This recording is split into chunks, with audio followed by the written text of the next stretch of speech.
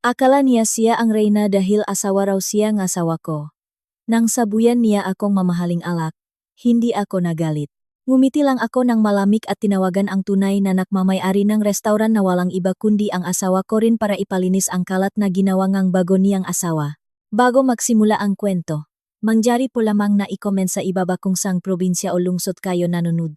Huwag kalimutang i-like at i-subscribe ang channel na ito para mas lumaki pa tayo at makapagatid ng iba pang mainit na kwento. Ang hangin sa lubang boardroom sa 45th floor ang aming gusali sa BGC ay mas malamig pa kaysa sa nakalagay sa thermostat, hindi dahil sa sobrang lakas ng aircon, kundi dahil sa nakakabinging katahimikang ginawa ko. Nakaupo ako sa kabisera ng mahabang masangyari sa itim na mahogani. Diretso ang tingin sa marketing director na katatapos lang ng kanyang presentasyon. Namumutla siya at may malamig na pawis sa kanyang sintido. Hinihintay niya ang reaksyon ko. Gayun din ang 10 miyembro ng board of directors na tila pinipigil ang kanilang paghinga. Kilala nila kung sino ako. Alam nila na sa gusaling ito, sa mother company na humahawak sa 12 ng high-end restaurants at commercial properties, ang salita ko ang batas. Hindi ako agad nagsalita. Hinayaan kong mabalot ng tensyon ang kwarto. Dahan-dahang sinasakal ang natitira nilang kumpiyansa. Ang mga kamay kong may perpektong manicure, na walang suot na magarbong singsing sa kasal, ay marahang nagbuklat sa proposal na kakabigay lang. Binasa ko ang bawat linya, bawat numero, at bawat nakakamatay na asumpsyon na nakasulat doon sa bilis na nagpakaba sa kanila. Huminto ang mga mata ko sa pahina 12. Ang bahagi and estimated return on investment. Isang malaking kalokohan. Sa isang mabagal ngunit madiing galaw, isinara ko ang makapal na folder. Umalingaw-ngaw ang tunok nito sa tahimik na silid. Tinitigan ko ang kawawang lalaki sa kanyang mga mata. Hindi ko kailangang sumigaw.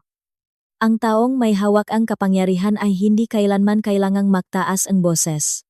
Tinanong ko siya kung totoong graduate siya sa isang sikat na business school sa Katipunan o kung namamakelang siyang diploma. Dahil ang manumerong inilatak niya ay isang insulto sa talino naming lahat, ipinaliwanag ko ng detalyado. Nang hindi tumitingin sa kopya, na ang 5% growth projection, na ipinapangako niya sa second quarter, ay imposibleng maabot sa kasalukuyang lagay ng merkado. Maliban na lang kung may balak siyang mag-money laundering. Hinimay ko ang kanyang nga argumento isa-isa, winasak ang pundasyon ngang presentasyong malamang ay pinahandaan niyang ilang linggo, salup lamang ng 5 minuto. Walang emosyon sa boses ko. Puro matatalim at masasakit na katotohanan lang. Nabulo lang lalaki. Nakahanap mong palusot. Ngunit itinaas ko ang isang daliri bilang senyales na tumigil siya. Sinabi ko sa kanya na lumabas. I-revise ang lahat ngayong gabi. O ang resignation letter niya ang tatanggapin ko bukas ng umaga sa ibabaw ng mesa ko. Mabilis siyang tumango. Nanginginig ang makamay na inayos ang kanyang magagamit. At nakmamadaling lumabas na parang hinahabol ngang aswang. Ang iba pang miyembro ng board ay nakayuko. Nakukunwaring abala sa kanilang tablet o ballpen. Takot na maging susunod na biktima. Tapos na ang meeting. Tumayo ako. Inayos ang suot kong itim na blazer na perpekto ang tabas, at naglakad palabas ng hindi lumilingon. Ang personal secretary kong si Tessie, isang efisyenteng babaeng nasa 50 anyos, ay nahihintay na sa labas hawak ang tablet na naglalaman ng skedula ko. Naglakad siya sa tabi ko patungo sa opisina ko sa Kantong Gusali, kung saan kitang-kita ko ang buong skyline ng Metro Manila sa ilalim ng aking nga paa. Ito ang mundo ko, isang mundo kung saan ang emosyon ay kahinaan, at lohika ang nag-iisang hari. Pagpasok sa opisina, umupo ako sa komportable kong leather chair. Sa kaliwang dingding ay may nakasabit na isang malaking abstract painting na ang halaga ay kayang makabili ng isang bahay sa mga subdivision sa Cavite. Sa kabilang banda naman ay ang litrato ng kasal namin ng asawa ko. Sa litratong iyon, mukha kaming pinakamasayang mag-asawa sa buong mundo. Ang asawa ko, si Julian, na may nakakabiyaning ngiti na kayang magpatunaw sa pusong sinumang babae, at ako na may tipit na ngiti sa tabi niya. Para sa matagalabas, ang litratong iyon ay simbolong tagumpay, isang unyon ng dalawang malalaking puwersa. Pero para sa akin, isa lamang itong business contract na naka-frame sa ginto. Huminga ako ng malalim, minamasahe ang sintido kong bahagyang kumikirot. Nakakapagod maging utak sa likod ng imperyong ito, lalo na kapag ang asawa mo ay mas nagsisilbing mascot kaysa business partner. May karisma si Julian, magaling siyang magsalita, magaling makihalubilo, at ang mukha niya ay napakabentang ay cover sa mga lifestyle magazines. Iyan ang dahilan kung bakit hinayaan ko siyang umupo bilang CEO. Siya ang humaharap sa kamera. Siya ang nagugupit ng ribbon sa mga opening. At siya ang nakikipagkamay sa mga investors. Ngunit alamang lahat sa palapak na ito na ang pinal na desisyon ay nasa aking makamay. Ako ang nagmamay-ari ng 60% ng shares ng kumpanya. Sa technical at legal na usapan, ako ang boss ng sarili kong asawa. Inilapak ni Tessie ang mga buwan ng financial reports mula sa iba't ibang branch. Ang mga restaurant namin sa ibabaw ng mesa. Pinagtimpla niya akong kapang barako na walang asukal bago siya lumabas. Nagsimulang suriin ng mamata ko ang financial report mula sa flagship restaurant namin sa Makati, ang Lumina. Ito ay isang fine dining restaurant na siyang hiyas ng aming kumpanya. Dito gumagastos ang mapolitiko, artista, at masosyaliteng libu-libong piso para sa maliliit na porsyong mapakain. Kadalasan, perpekto ang ulat nito, ngunit ngayon, may isang bagay na bumabagabag sa akin. Ang instinto ko bilang negosyante sa loob ng 20 taon ay hindi kailanman nakamali. May hindi normal na pattern nga numero sa kolum ng operational expenses. May malaking pag-akyat sa gastusin sa bahaging entertainment at imported raw materials na hindi katumbas ng volume ng benta ngayong buwan. Kinuha ko ang kalkulator at muling kinuwenta ang porsyento. Hindi ganun kalaki ang discrepancy para sa isang kumpanyang kasing lakian sa amin. Siguro ay katumbas lang en isa o dalawang luxury car. Pero para sa akin, kahit isang piso ang lumabas ng walang malinaw na pananagutan, iyon ay pagnanakaw. Tiningnan ko ang detalye ng mga digital receipts. Sobrang daming biniling vintage wine. May order ng imported Ecuadorian roses kada 2 araw. At overtime pay para sa isang partikular na staff na ang pangalan ay 2 buwan pa lang lumalabas sa payroll. Ang pangalan niya ay Carmina, posisyon, junior waitress. Kailan pa nakaroon ng overtime pay ang isang junior waitress na katumbas ng sweldo ng isang floor manager? At kailan pa naging kailangan ng restaurant na mag-order ng imported na rosas na ipinapadala? Hindi sa address ng restaurant, kundi sa isang high-end condo sa BGC na alam kong isa sa mga investment properties ni Julian. Isang nakakakilabot na ang ngiti ang nabuo sa mga labi ko. So, ito na naman ang lumang laro na pilit binubuhay. May napaka-espesipikong kasunduan kami ni Julian. Nagpakasal kami hindi dahil sa nag-alap na pag-ibig, kundi dahil sa parehong ambisyon. Sa paglipas ng panahon, nang ang pag-ibig kung nag-exist man ito, ay nagsimulang kumupas at mapalitan ng nakasanayang rutina. Gumawa kami ng isang unwritten agreement. Pwede siyang makaroon ng sarili niyang kaligayahan. Pwede siyang makipaglaro sa mga batang babaeng nasisilaw sa kanyang karisma at pera. Basta't susundin niya ang 2 pangunahing patakaran. Una, huwag mo akong ipapahiya sa publiko. Pangalawa, huwag mong pakikialaman ang negosyo at pondong kumpanya. Sa loob ng maraming taon, naging matalino siya sa pagtatago ng niyang gakalat. Alam niyang wala akong pakialam basta't umuwi siya sa bahay ng tama sa oras para sa mga mahahalagang events at hindi siya nag-uwing sakit. Pero sa pagkakataong ito, naging burara siya. Nagsimula na niyang haluan ng personal na kaligayahan ang operasyon ng negosyo ko. Ang pagpapasok ang kanyang kabit sa payroll na may hindi makatarungang sweldo at paggamit sa pondo ang restaurant para sa mga romantikong regalo ay isang malalang paglabag sa aming kasunduan. Hindi na ito tungkol sa pambababay. Tungkol na ito sa malversation of funds. At para sa akin, ang pagnanakaw sa pondo ng kumpanya ay isang mas malaking kasalanan kaysa sa pagtataksil sa sumpaan sa kasal. Padabo kong isinara ang report. Nagsimulang gumapang ang galit sa dibdib ko. Hindi dahil nagsaselos ako hinding-hindi. Sobrang manhit ng puso ko para makaramdam ng selos sa mga tangang babaeng nagpapalit-palit sa buhay ng asawa ko. Nagagalit ako dahil minamaliit niya ang talino ko. Akala niya hindi ko susurin ang mga detalye. Akala niya dahil bihira akong bumaba sa restauran. Hindi ko malalaman ang nangyayari roon. Inikot ko ang silya ko paharap sa malaking salamin. Nagsisimula ng maging kulay kahel ang kalangitan. Mula rito sa itaas, napakabisi at napakagulong Maynila. Tulad ng buhay mag-asawa ko. Kinuha ko ang cellphone ko. Nagdadalawang isip kung tatawagan ko siya ngayon para murahin ang katangahan niya. Pero hindi. Masyadong madali iyon. Hindi iyon elegante. Kung diretso ko siyang pagsasabihan, itatanggi niya ito, gagawa ang libu-libong palusot, at itatago ang maliit niyang daga sa ibang lugar. Kailangan ko ang mas magandang estratehiya. Kailangan kong makita mismo kung gaano kalala ang pinsalang ginawa niya sa paborito kong restauran. Kailangan kong malaman kung sino itong babaeng nagngangalang Charmina, at kung gaano kalaki ang impluensya niya sa asawa ko para makaroon siyang lakas ng loob na guluhin ang balance sheet ko. Naklakbay ang isip ko sa nakaraan. Nang una kong itayo ang negosyong ito mula sa wala. Nagtrabaho akong 18 oras kada araw. Isinakripisyo ang kabataan ko, ang oras sa paglilibang, para lang maitayo ang impriyong ito. Huli na nang dumating ang asawa ko. May dalang koneksyon at guwapong mukha. Pero ako ang naglagay ng bawat blok ng semento sa pundasyon nito. Walang sinuman, maging ang asawa ko o ang maliit niyang puta, ang papayagan kong sumira sa mga bagay na pinahirapan ko gamit ang dugo at pawis ko. Pumasok si Tessie, dala ang kape ko. Humigop ako sa mainit at maitim na likido. Hinahayaan ang pait nito na gisingin ang buong pandama ko. Nagsimulang mabuo ang isang plano sa utak ko. Bukas, hindi ako papasok sa opisina. Bukas, magkakaroon ako ng surprise inspection.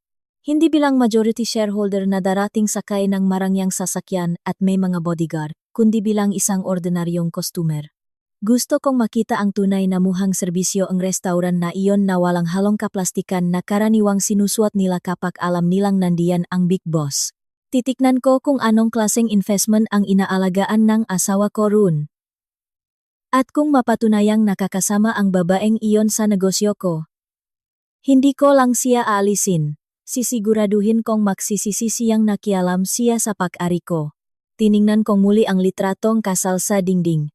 Mas lalong naging nakakabanas ang ngiti ang asawa ko sa paningin ko. Mag-enjoy ka habang kaya mo pa, mahal? Mahinang bulong ko sa litrato. Dahil malapit mo nang matutunan na sa chessboard na ito, ang reyna ang pinakadelikadong piraso, at isa ka lamang hari na limitado ang galaw. Inayos ko ang desko. Tama na ang trabaho. Para sa araw na ito, kailangan ko nang umuwi, magpahinga, at ihanda ang sarili ko para sa palabas bukas. Dahil bukas, bababa ang reyna mula sa kanyang trono para maglinis ng basura. Dahan-dahang pumasok ang itim kong sedan sa naktataasang bakal na gate ng aming bahay sa Forbes Park. Binabaktas ang malawak na hardin na inayos na parang military precision. Walang ligaw na damo ang pwedeng tumubo kahit saan sa hardin ko. Katulad ng kawalan kong pasensya sa anumang pagkakamali sa buhay ko. Pinagbuksan ako ang pinto ni Mang Carding, ang driver ko, at lumabas ako. Sinalubong ang malamig ngunit tahimik na simoy ang gabi. Ang bahay namin ay isang modern minimalist mansion na dominado ang konkreto, salamin, at bakal. Maganda, marangya, at napakamahal, ngunit walang kahit anong init ng tahanan. Hindi ito bahay. Isa itong museo kung saan nakatira ang 2 estranghero sa ilalim ng iisang bubong. Naglakad ako papasok sa malawak na foyer. Sumasalamin ang anyo ko sa sahig na marmol. Isang kasambahay ang nagmamadaling sumalubong sa akin. Kinuha ang bag ko at inalok ako ngainumin. Magalang akong tumanggi at nagtanong, nandito na ba si Sir? Sumagot siya na nasa dining room na raw ang asawa ko. Tumango ako at naglakad payat ng hagdan para mag-ayos ng kaunti bago harapin ang ikalawang yugto ng araw ko, ang pagiging perpektong asawa. Sa banyo kong halos kasing laki na ng isang studio apartment ng mga ordinaryong tao, nahilamos ako.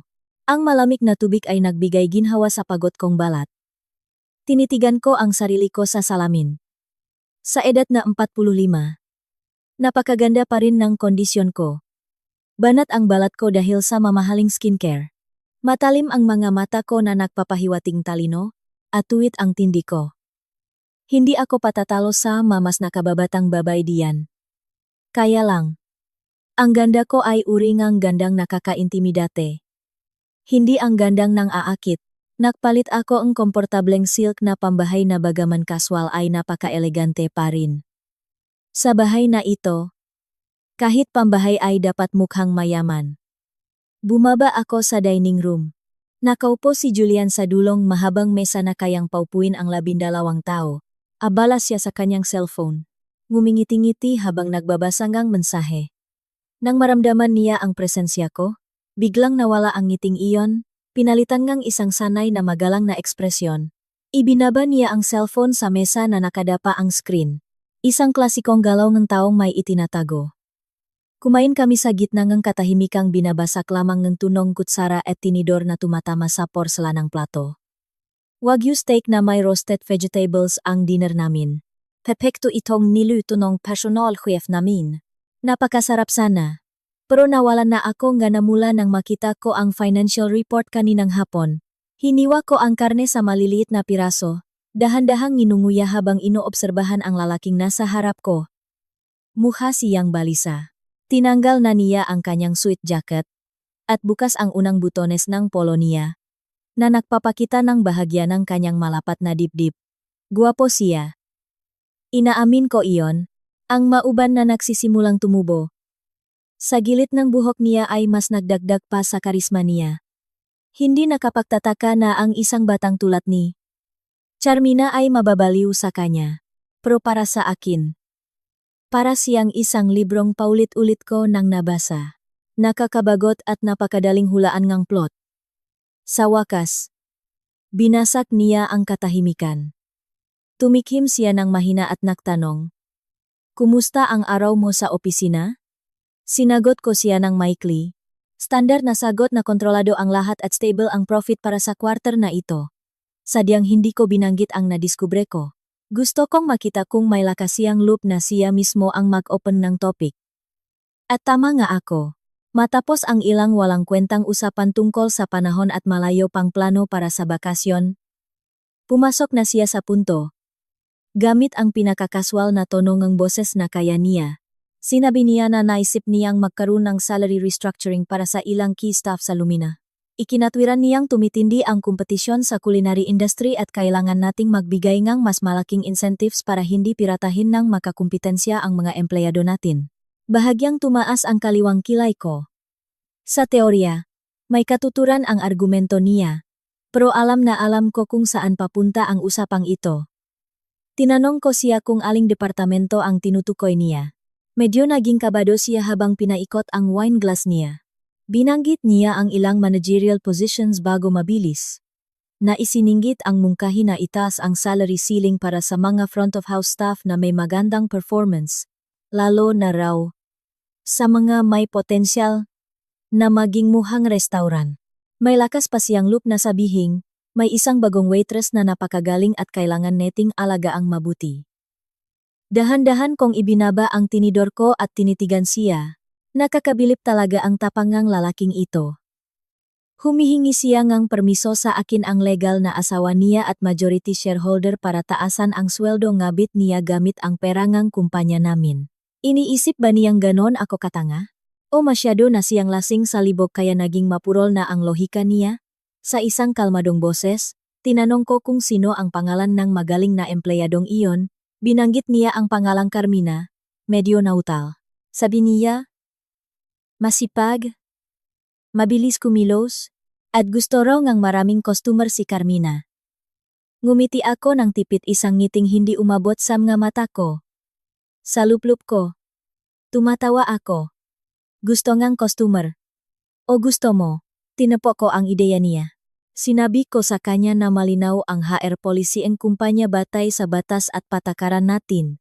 Ang pagtataas ng sweldo ay ginagawa lamang minsan sa isang taon batay sa komprehensibong annual performance evaluation. Hindi batay sa personal na pakiramdam ang CEO. Isa pa, kailangang patunayan ng isang bagong waitress ang loyalty niya, nang hindi bababa sa 6 na buwan bago tayo mag-usap tungkol sa incentives. Ipinaalala ko sa kanya, ang hindi tiyak na lagay ang ekonomiya at ang kahalagahan ng cost efficiency. Naging maasim ang mukha niya. Sinubukan niyang makipagtalo. Sinasabing masyado raw akong estrikto at bureaucratic. Sabi niya ang restaurant business daw ay tungkol sa mga tao. Sa emosyon. Hindi lang manumero sa papel. Nagsimula siyang maging emosyonal. Bahagyang tumaas ang boses niya. Tanda iyon na naipit na siya. Malamang ay nangako na siyang ng dagdag sweldo o bagong posisyon sa babaeng iyon. At ngayon kailangan niyang harapin ang katotohanan na wala siyang buong kapangyarihan para tuparin ito. Hindi ako nagpadala sa emosyon niya. Kumuha lang ako ang table napkin. Pinunasan ang mga labi ko. At sinabing pinal na ang desisyon ko. Kung talagang magaling ang babaeng iyon, hayaan mong ang restaurant manager ang mag-report niyan sa evaluation meeting sa susunod na buwan. Hindi trabahong isang CEO na bumaba at asikasuhin ang sweldo ng isang waitress. Hindi iyon nararapat at nakakababa iyon ngang autoridad mo. Sarkastikong sabi ko. Natahimik siya. Namula ang mukha niya sa pagpipigil galit at hiya. Alam niyang hindi niya ako pwedeng pilitin sa kasal na ito. Ako ang bangko sentral niya. Kung wala ang approval ko, hindi niya pwedeng baguhin ang anumang malaking structure ng gastusin. Ginugol niya ang natitirang oras ng hapunan sa pananahimik. Padabok na hinihiwa ang karne na para banglik ko ang hinihiwa niya. Pagkatapos kumain, nagpaalam siyang pupunta sa study room dahil may madokumento raw siyang kailangang suriin. Alam kong kasinungalingan iyon. Siguradong tatawagan niya ang babaeng iyon. Susubukang pakalmahin ito dahil hindi niya natupad ang matamis niyang pangako ngayong gabi. Nakaupo akong mag-isa sa malaking mesa, kasama ang kandilang malapit ng maubos. Ang nangyari ngayong gabi ay mas lalong nagpatibay sa desisyon ko. Masyado nang lumampas sa limitasyon ang asawa ko. Hindi lang siya naglalaro ne apoy. Sinusubukan niyang sunugin ang bahay naming gamit iyon. Ang kagustuhan niyang itaas ang status at sweldo ni Carmina ay nagpapakita na ang babaeng ito ay hindi lang basta para isang gabi. May emosyonal na attachment. O kahit paano, may matinding manipulasyon na ginagawa ang babaeng iyon sa asawa ko. Mapanganib ito. Kung pababayaan, magiging mas malaking linta si Carmina. Manghihingi ngang mas maraming bagay na ubos sa assets ng kumpanya. Kailangan kong kumilos agad. Kailangan kong putulin ang parasitong ito sa mismong ugat bago pa siya gumapang. Tinawag ko ang mayordoma at inutusang ihanda ang matsasual na damit ko para bukas ng umaga. Hindi ang mga designer suits na isinusuot ko sa opisina, kundi isang bagay na mukhang mamahalin pero casual na parang isa akong mayamang tita na nababagot at gustong maklunch sa labas. Inutusan ko rin siyang ipa-cancel lahat ng skedule ko bukas sa opisina dahil kunwari ay masama ang pakiramdam ko. Nang gabing iyon, natulog ako sa sarili kong kwarto. 3 taon na kaming hiwalay ng kwarto. Nakahiga ako, nakatingin sa mataas na kisame.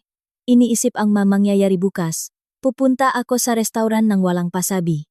Upo ako roon, udan ng pakain. At hahayaan kong mangyari ang drama sa harap ko. Gusto kong malaman kung gaano ka-arogante ang babaeng nagnangalang Carmina kapag hindi niya alam kung sino ako. Pagsisilbihan niya ba ako gamit ang napakagaling niyang talentong ibinidang ang asawa ko? O ipapakita niya ang tunay niyang kulay? Isang mahabang buntong hininga ang kumawala sa mga labi ko. Minsan tinatanong ko ang sarili ko, may kaunti bang sakit sa puso ko kapag nakikita kong pinagtatanggol ngang asawa ko ang ibang babae? Hinawakan ko ang dibdib ko. Walang sakit. Puro pagod lang at matinding kagustuhang protektahan kung ano ang akin. Maaring patay na ang pag-ibig sa pagitan namin. Pero ang pride at ang negosyo ay mga bagay na dadalhin ko hanggang kamatayan. Bukas, tuturuan ko silang 2 leksyon tungkol sa hierarchy ng buhay. Na hindi mo pwedeng kagatin ang kamay na nagpapakain sa iyo nang walang malagim na parusa. Kinaumagahan, tumagos ang sikat na araw sa mga silk curtains sa kwarto ko, lumilihang ginintuang liwanag sa malambot na Persian carpet.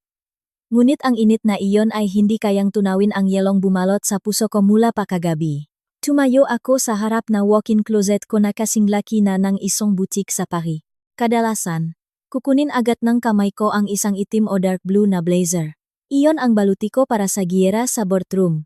Nga damit na sumisigaw ng kapangyarihan at nagpapadalawang isip sa mga matatandang lalaki sa board of directors bago ako kontrahin. Pero iba ang misyon ko ngayon. Hindi ako makikipagdigma ng harapan. Magpapanggap ako. Kailangan ko ang camouflage. Isang bagay na magmumukhang hindi ako mapanganib, ngunit nagpapakita pa rin ng klase para sa mga nakakaintindi.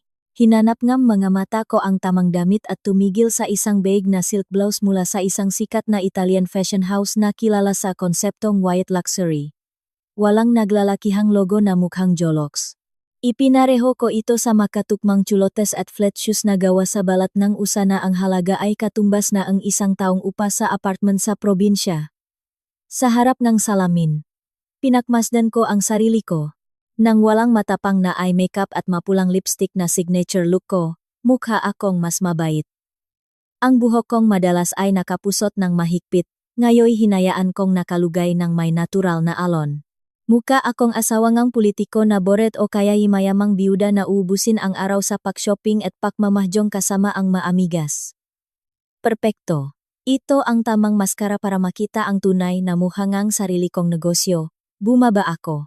Tahimik pa ang bahay. Magang umalis si Julian.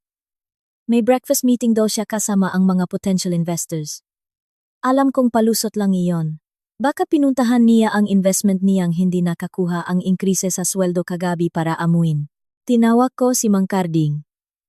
Ang tapat kong driver na nagtatrabaho na sa akin simula pa noong isang maliit na opisina lang sa inuupahang pwesto ang kumpanya namin. Salop ng sasakyan. Inutusan ko si Mang Carding na ihatid ako sa Lumina. Pero pinatigil ko siya 2 kanto bago ang mismong lokasyon sa Valero Street. Gusto kong maglakad. Gusto kong maramdaman ang atmosferan kalsada sa paligid ng restaurant namin. Gusto kong makita kung paano tinitingnan ng mga tao ang lugar na iyon mula sa labas. Tiningnan ako ni Mang Carding sa rearview mirror na nagtataka. Siguro nagulat siya na ang boss niyang sanay bumaba sa tapat mismong VIP lobby ay gusto ngayong maglakat sa mainit na bangketa.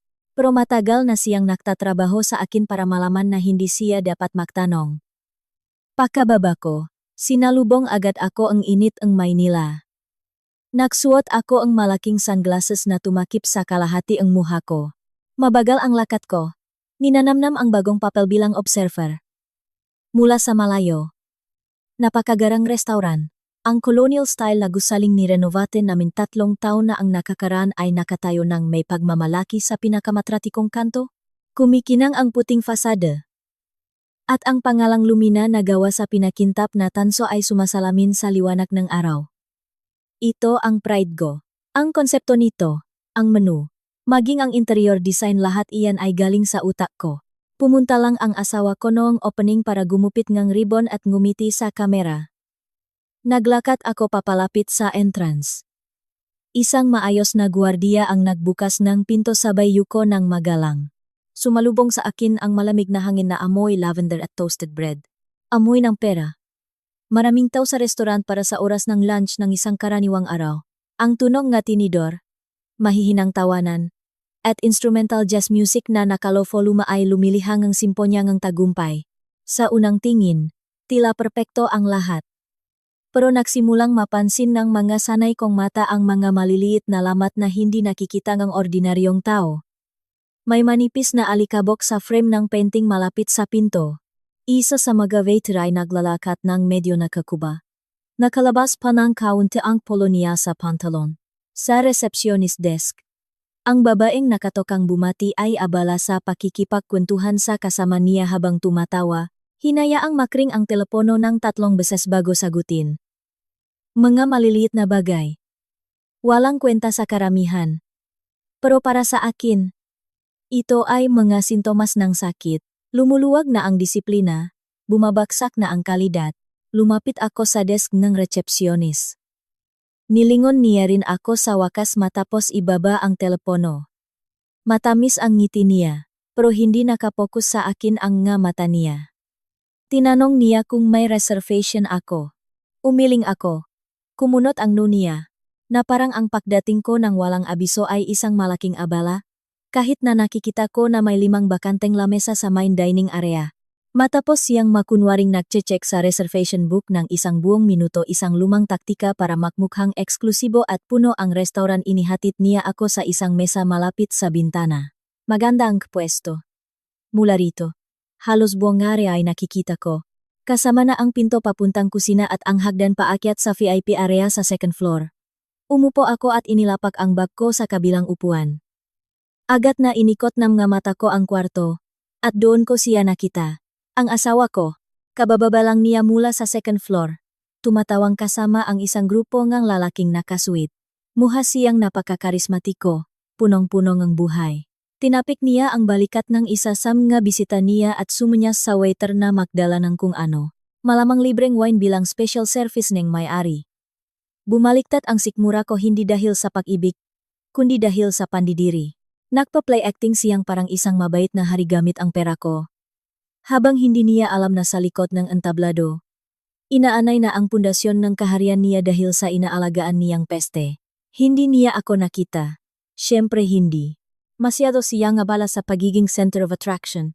At sino ba namang magbibigay ng pansin sa isang middle-aged na babaeng mag-isang nakaupo sa kanto ng kwarto? Para sa kanya at sa makislap niyang mundo? Isa lang akong background character. Binuksan ko ang menu na iniabot na waiter kanina. Mabigat ang menu, balot sa totoong leather. Pero pagkabukas ko, may maliit na mansa ang mantika sa ikatlong pahina. Kumibot ang gilid ng mata ko. Ang mansa sa menungang isang 5-star restaurant ay isang mortal na kasalanan. Nagpapakita ito ng kakulangan sa pansin sa detalye. Ang mayos na management ay dapat chinecheck ang bawat menu bago magbukas. Kung ang simpleng bagay na ito ay nakalusot, nakakakilabot isipin kung ano ang nangyayari sa kusina. Isinara ko ang menu at inobserbahan ang mga staff na naglalabas-masok. Mukha silang busy, pero hindi efisyente. Nakita ko ang maraming walang kwentang galaw. Dalawang waiter ang naglalakad sa isang direksyon na walang bitbit, habang may maduming mesa na hindi pa nalilikpit sa kabilang kanto. Walang koordinasyon. Hindi ito team na maayos na pinamumunuan. Ma-individual itong nagtatrabaho sa sarili nila ng walang malinaw na command. At pagkatapos, nakita ko siya. Lumabas siya mula sa kusina, may bitbit na tray ngang inumin. Ang buhok niya ay kinulayan ng matingkat na brown na masyadong agaw pansin para sa standard ng restaurant namin, at ang uniform niya ay halatang pinaalter para mas maging hapit at lumitaw ang kurba ang katawan niya. Bata pa siya, siguro early 20s.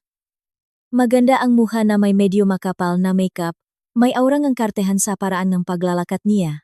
Hindi siya naglalakat ng mabilis gaya ng isang professional na waiter, kundi gumigiling-giling na parang ang sahikang restaurant ay sarili niyang fashion runway. Siya siguradong si Carmina. Sumisigaw ang instinto ko. May isang bagay sa kanya na parang dayuhan sa lugar na ito.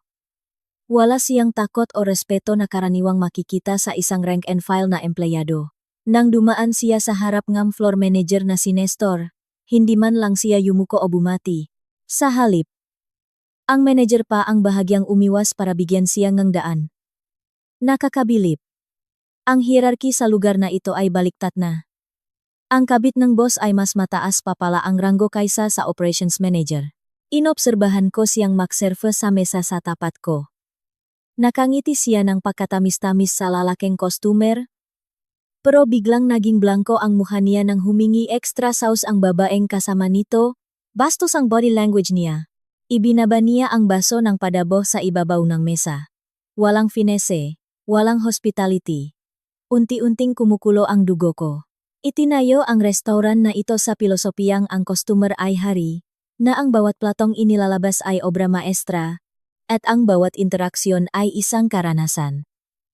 Pero ang babaeng ito, sa sobrang kapal ng mukha, ay winawasak ang reputasyon ko na itinayo ko ng maraming taon sa luplang ng ilang segundo, at hinahayaan lang ito ang asawa ko. Gusto pa nga niyang taasan ang sweldo nito. Bahagya kong itinaas ang kamay ko.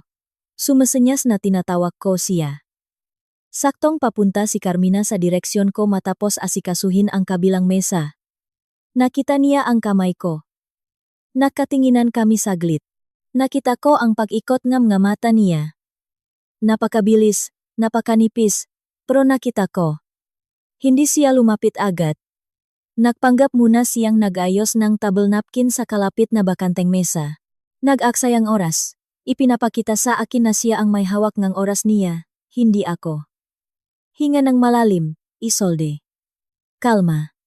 Isa itong pagsubok ng pasensya. Oras ito ng pangangalap ng ebidensya. Huwag ka munang susugot, hayaan mong pumasok ang biktima sa patibong ng tuluyan. Matapos ang halos 2 minuto na napakahaba sa standard ng fine dining, tinamat siyang naglakad papunta sa mesa ko. Tumayo siya sa tabi ko. Ang bigat ng katawan niya ay nakasandal sa isang binti, nakatagilit ang bewang, walang magandang ngiti, walang bati ng good afternoon ma'am. Itinaas lang niya ang kilay niya ng bahagya, na parang nagtatanong, anong kailangan mo? Nang walang imik, napansin ko ang dulong smartphone niya na nakalawit sa bulsang apron niya. Violasyon na naman. Bawal magdala ng personal na cellphone ang mga staff sa dining area. Rule Number 15 sa Employee Handbook na ako mismo ang nagsulat. Yes? Maikling sabi niya. Ang boses niya ay matinis at walang kahit anong tonong paggalang. Nagsimula ang palabas. Tinitigan ko siya ngang may inosenteng muha. Itinatago ang predator sa loop ko sa likod ng maskarangang isang naguguluhang customer. Gusto kong makita kung hanggang saan siya abot, kung gaano kalalim ang huhukayin niyang sariling libingan ngayong araw. Hindi ko pa masyadong nakita yung drink menu ng maayos. Sabi ko sa malambot na boses. Sinadyang hinaan ang volume para mapilitan siyang medyo yumuko o talasan ang pandinig niya. Pwede mo ba akong bigyan ng recommendation ng red wine na babagay sa lamb shank niyo ngayon? Huminga ng malalim si Charmina, isang tunok na halatang naiinis siya.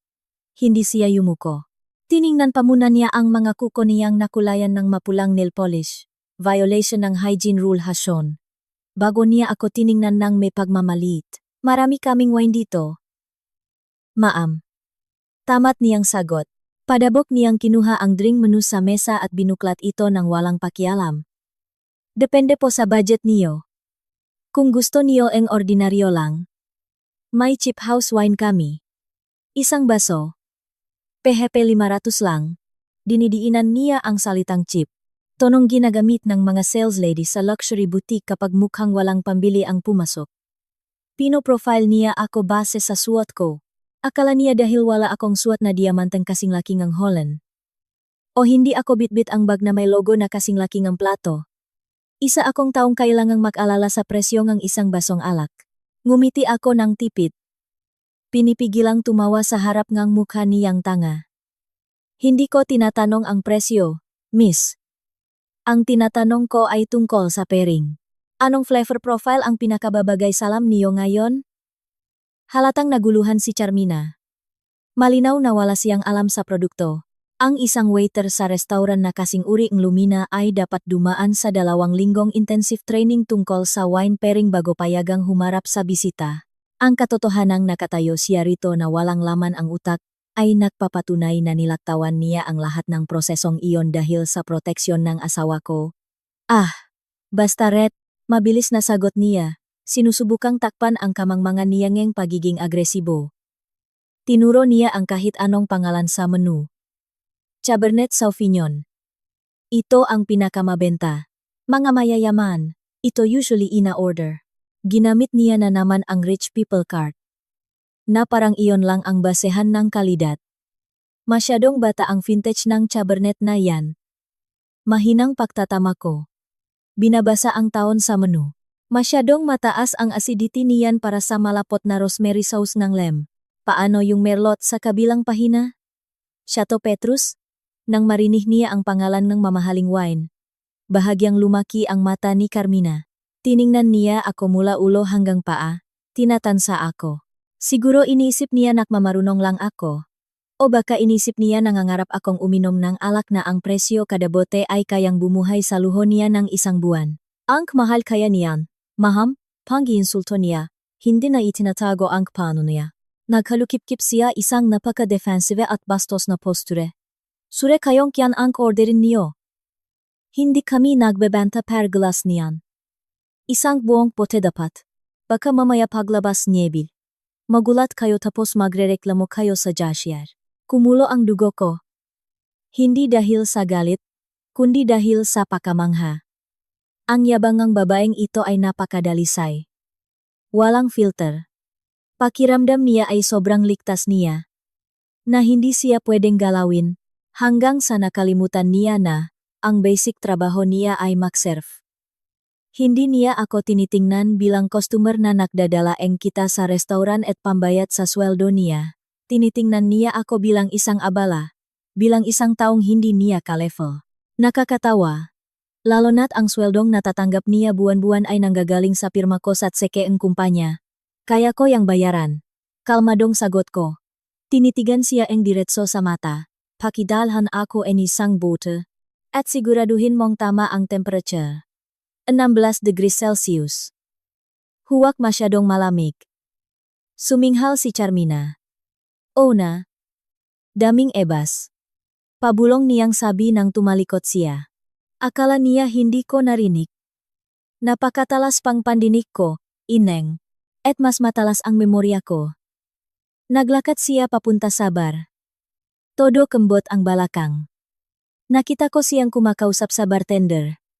Tinuturo ang mesa ko habang tumatawa. Ang bartender, isang batang lalaking mukhang nailang, ay tumango-tango na lang sa takot. Si Carmina talaga ang munting reyna rito. Isang pekeng reyna na hinihiram ang kapangyarihan mula sa isang mahinang hari. Habang hinihintay ang order ko, inikot ko muli ang paningin ko. Sa kabilang mesa, may isang senior waiter na formal na nagpapaliwanag ng menu sa isang matandang mag-asawa. May pag-asa pa, naisip ko. Hindi naman lahat ng mansanas sa basket ay bulok. Ito lang isa ang kailangang itapon bago makahawa. Kaso, ang bulok na mansanas na ito ay pinoprotektahan ng may-ari ng taniman. 10 minuto ang lumipas. Napakatagal na oras para lang kumuha ng isang botengang wine. Nakita ko si Carmina na masayang nakikipagkwentuhan sa isang lalaking waiter malapit sa pinto ng kusina. Tumatawa siya ng malakas. Binabasak ng boses niya ang eleganteng atmosfera. Wala siyang pakialam na may naghihintay na customer.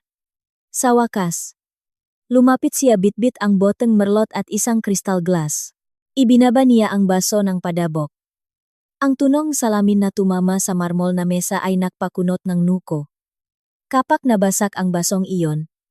Fepe 1,500 yan. Binuksan niya ang alak ng walang tamang teknik. Muntik na niyang masira ang chor. Tapos, nang walang inaalok na tasting muna na sop para sa ganitong kamahal na wine. Dire-diretso niyang isinalin ang wine sa baso ko hanggang sa halos mapuno ito. Isang insulto ito sa culinary arts. Ang red wine ay hindi dapat pinupuno sa baso. Kailangan nito espasyo para huminga para lumabas ang aroma. Ayan na. Mataray niyang sabi. Akmang tatalikot na. Teka. Tawag ko. Huminto siya at lumingon na parang inis na sa buhay. Ano na naman ma'am? Punong-puno. Hindi ka nakdetyan, malamig kong sabi.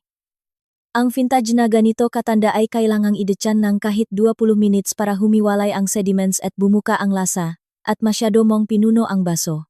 Hindi ito pineapple juice sa karinderya. Namula ang mukha ni Charmina. Hindi dahil sa hiya, kundi dahil sa galit. Natapakan ang ego niya. Pakiramdam niya ay pinapangaralan siyang taong tingin niya ay mas mababa sa kanya. Humakbang siya palapit sa mesa ko. Lumalampas sa limitasyon nege personal space. Makinig ka nga. Maam. Nanggigigil niyang sabi. Matalim at puno ngang kamandag ang boses. Pagod ako sa trabaho. Huwag mo kong turuan. Kung gusto mong uminom ng alak na madaming arte, sa bahay niyo kayo uminom. Busi kami rito, kaya wag kang maraming reklamo. Ipinatong ko ang makamay ko sa mesa, pinagsalikop ang mga daliri ko. Ang serbisyo ang puso negosyong ito, Miss Carmina, sabi ko, sadyang binasa, ang panggalang nakasulat sa tabing niyang name tag. At ang kawalan mong kaalaman ay sumasalamin sa bulok na management ng restauran na to. Sino bang nagtrain sa iyo? Ang tanong na iyon ay tila pumindot sa maling butones o baka tamang butones. Ang mukha niya ay naging mas karangang purongput, naramdaman niyang nanganib siya.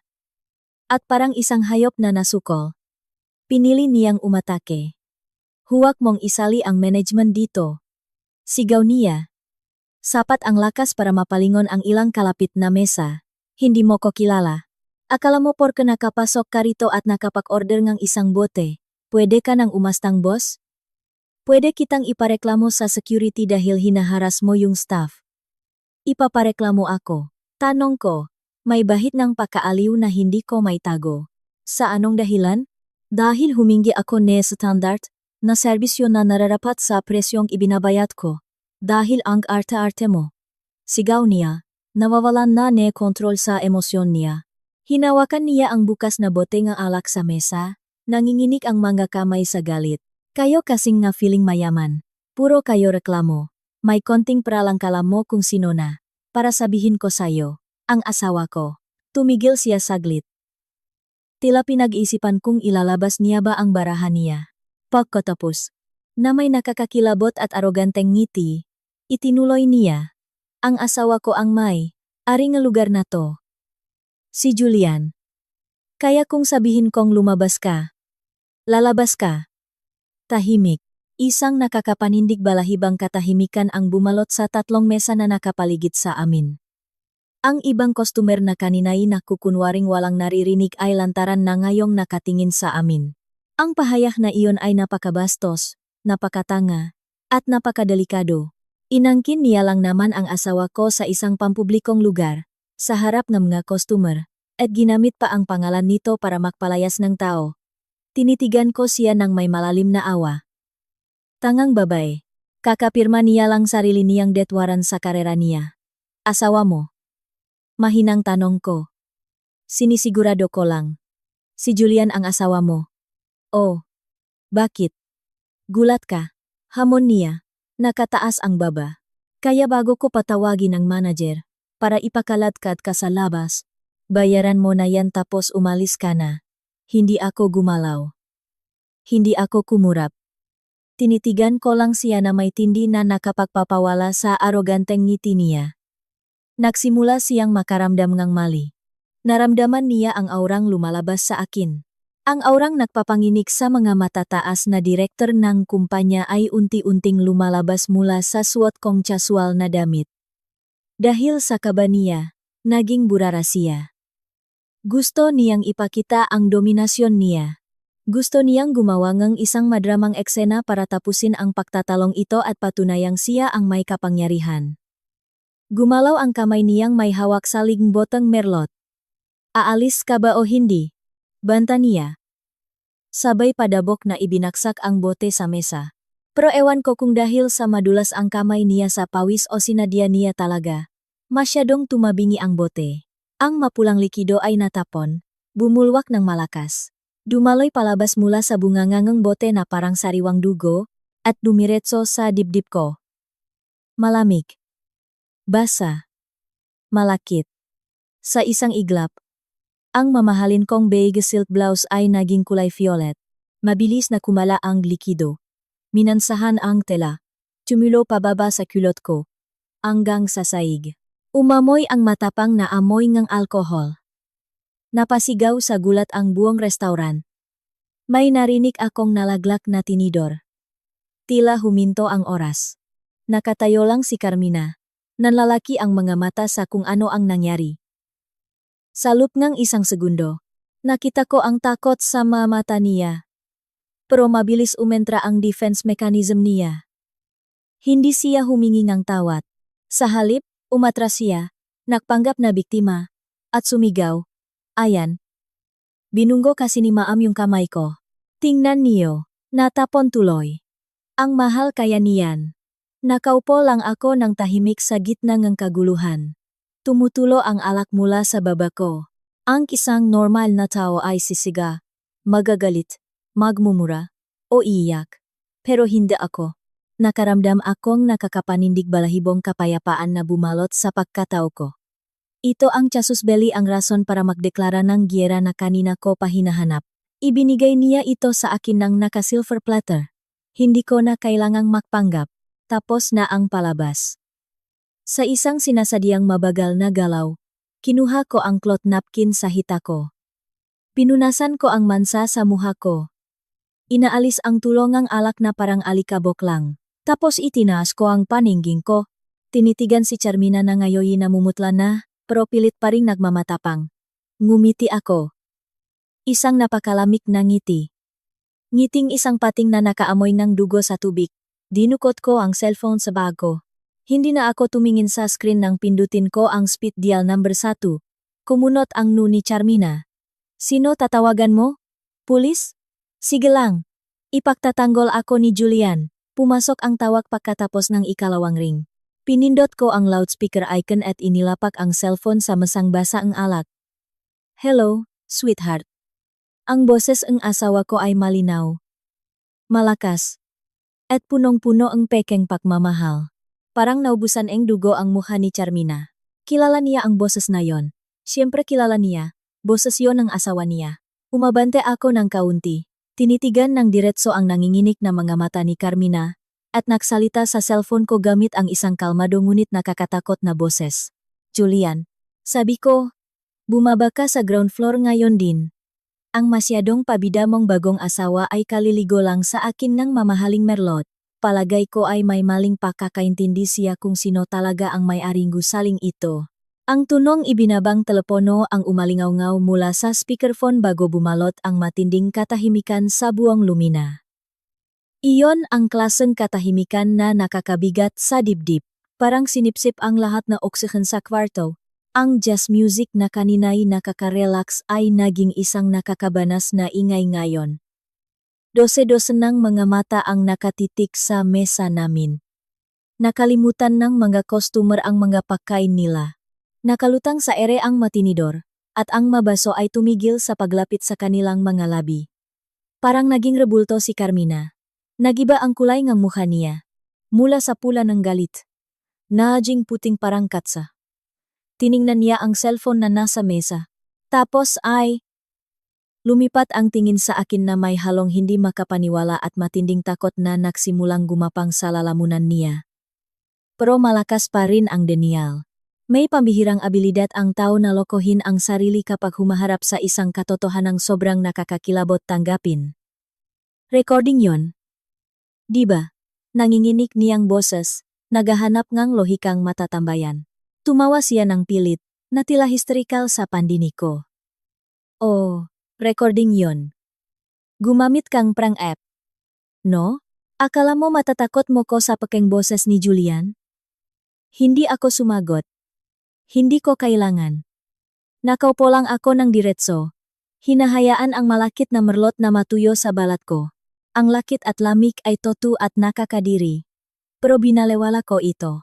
Sa negosyo, kung sino ang kayang tiisin ang sakit ng mas matagal nang hindi kumukurap, siya ang panalo. Kinuha ko ang bote at isinalin ang natitirang alak sa baso ko ng kalmado.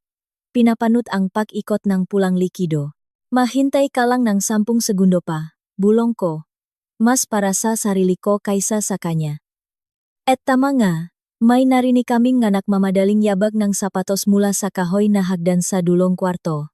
Hindi ito ang mayabag ng isang kagalang-galang at kalmadong lalaki, kundi mayabag na natataranta, nadudulas, at desperado.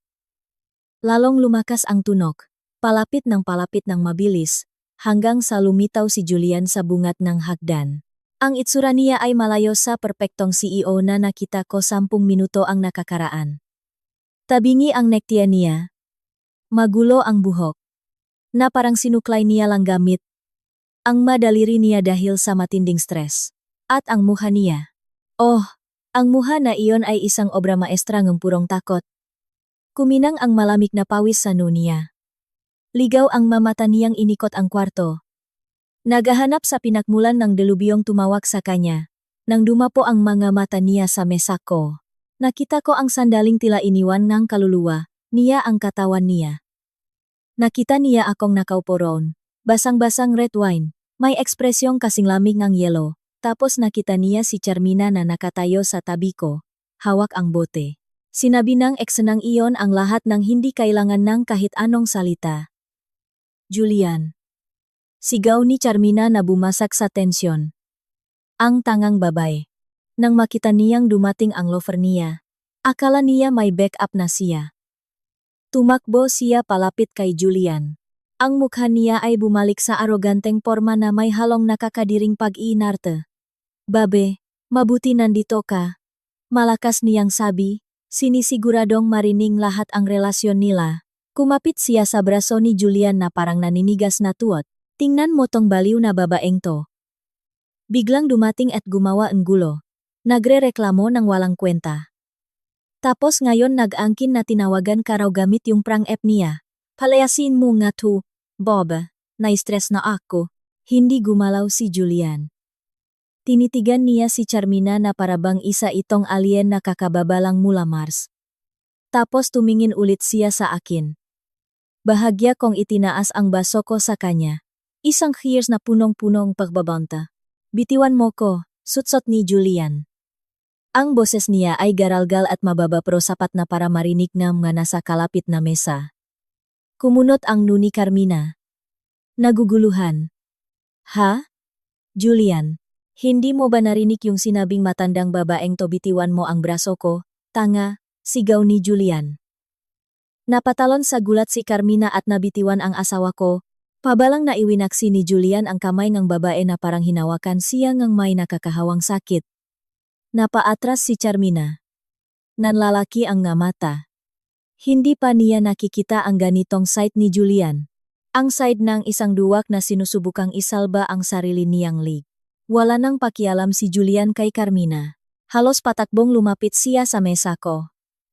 Binalewala niya ang managuguluhang tingin ng staff. Binalewala niya ang magabulungan ng mga customer na ngayon nagbi-video na sa mga cellphone nila. Nakadating siya sa harap ng mesa ko at gumawa ng isang bagay na nagpalaglak sa panga ni Charmina. Yumuko siya ng malalim. Isang postura ng matinding paksuko.